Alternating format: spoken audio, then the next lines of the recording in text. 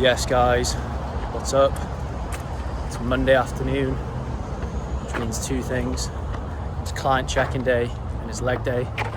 Just walking to the gym now, getting a little bit of tan, gonna hit some split squats. What a terrible way to start the week, but I just wanted to come on and make a really short video and talk about what is the most important factor for getting in shape. Now, there's obviously so much that goes into this, but I wanted to address one thing today that that I know is incredibly important based off my own experience of training and being in shape for 15 years at this point, 28 now. Started training, bodyweight training for rugby at 13, strength training for, how many years would that be? Probably over 14 at this point, and I've been running consistently for over 5 years now. And obviously from working with hundreds of clients too, I genuinely think the most important factor is the ability to manage your time well and be relatively organized. You don't have to live like a bodybuilder. You don't have to plan absolutely everything to a T. You can move workouts around, you can adapt things. You can adapt your nutrition on the go as well. You don't need to follow a meal plan.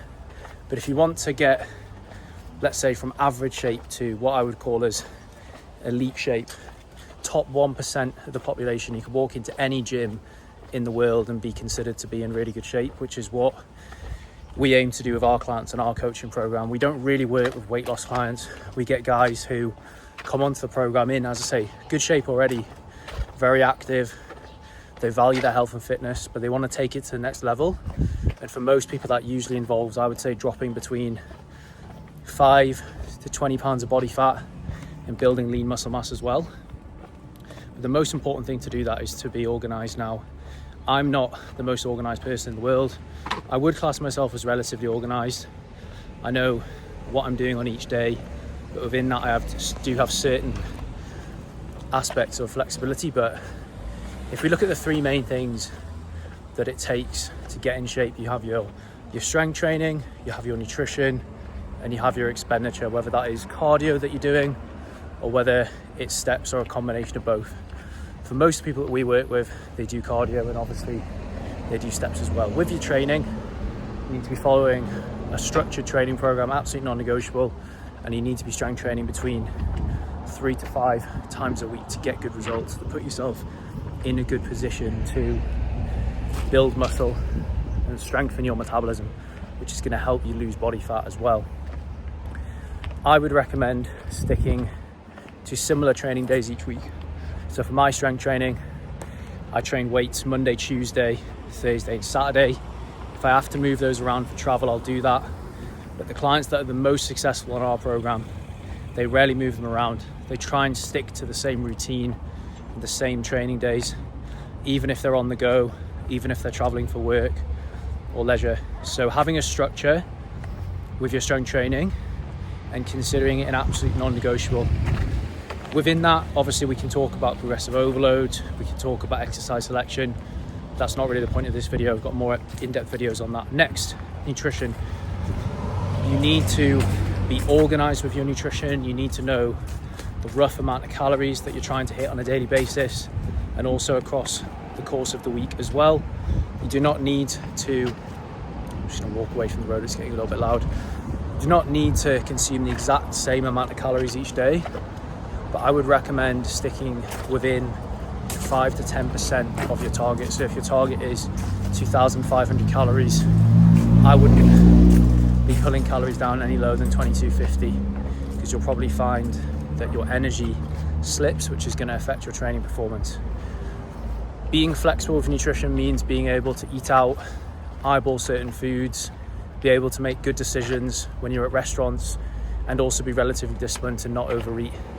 And the ability to be able to manage your nutrition on the go instead of following a strict meal plan is incredibly important as well. So the clients do the best of us. They're able to make those decisions. They're able to hold back from having 2, sometimes 3 courses and stay on track with their goals. And if they do have client dinners out, their events with family on the weekend and things like that, they plan ahead, they're organized, they pull back a few days before so that they can go over their calorie intake a little bit as well on the weekend. Again, you can go deeper than this. You can look at specific macros. That's not really the point of this video. Lastly, you've got expenditure, which would be cardio and steps.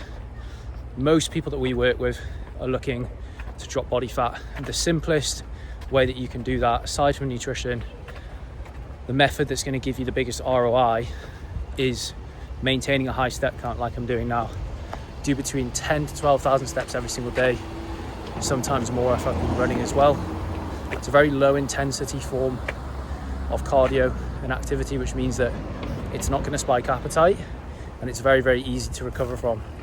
But going back to the point of this video, in terms of organization, you need to be organized to hit 10 to 12,000 steps a day, maybe a little bit less for some people. It depends how much free time you've got.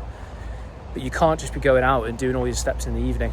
You have to break up this amount of step count throughout the day. And that takes organization, maybe going out in the morning before you go to work, maybe allocating 15 to 20 minutes on a lunch break, or maybe finishing your steps off in the evening.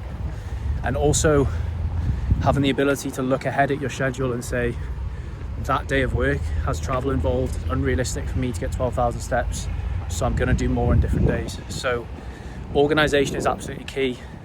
And to be honest, after working with hundreds of people online and face to face, I'll tell you now that the people that get the best results and get in the best shape with us, they are the busiest.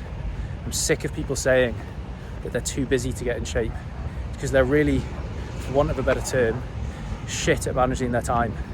They procrastinate, whether that's on TikTok or watching Netflix. The busier you are, and provided that you actually care about getting in shape, the better results you're going to get. So if you're not organized with your training and nutrition and expenditure, then that might be a key reason why you're not in shape right now. And going back to what I said at the start of the video, you don't need to live like a bodybuilder. I do not live like a bodybuilder. I eat out 3 to 6 times a week, but I make good decisions. I'm organized with my nutrition, never miss a training session, and I always make an effort to do steps. Training, nutrition, expenditure, and organization. So I hope you found this video useful. If you have, and you're not already subscribed to the channel, then hit the subscribe button below this video. I'll be putting out more short videos like this, just aiming to provide as much value as possible on top of the usual vlog style videos. But I'm going to go in now and crush a leg session. I'll speak to you later.